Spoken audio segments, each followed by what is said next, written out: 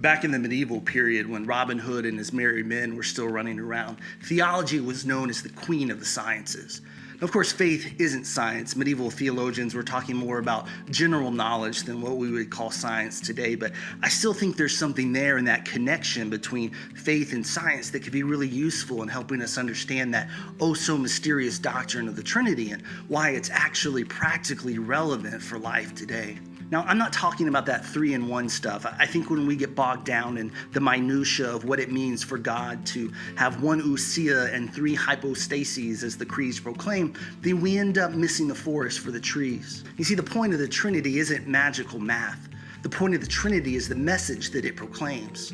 For the Christian faith, the doctrine of the Trinity is kind of like the laws of physics. It's our unifying theory of the universe, the fundamental principle that ties everything together, guiding us, giving us purpose, meaning, and direction for our lives. See, everything in the Christian faith is based upon and shaped by our belief in the doctrine of the Trinity. Because when we say that God is triune, we're not just attaching a tertiary description to God. Triune is God's fundamental nature. There's nothing further down the rabbit hole. And that nature, it's not about complicated math. That nature is love. You see, fundamentally at the very core of who God is a never-ending, loving relationship between Father, Son, and Holy Spirit.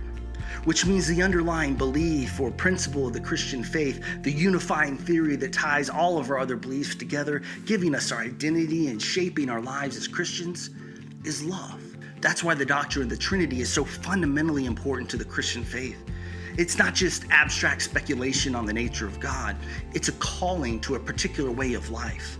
A way of life that's lived together, never alone.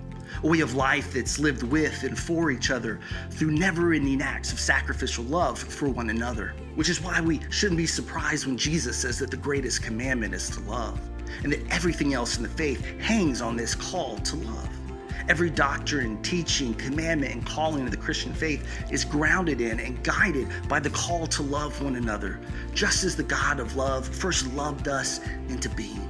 So if we believe ourselves to be created in the image of God and that our calling as the people of God is to bear that image to the world, then there's no more fundamental calling that we have, no more important guiding principle that should shape our lives and how we interact with the world around us than the call to be triune people, to endlessly love one another.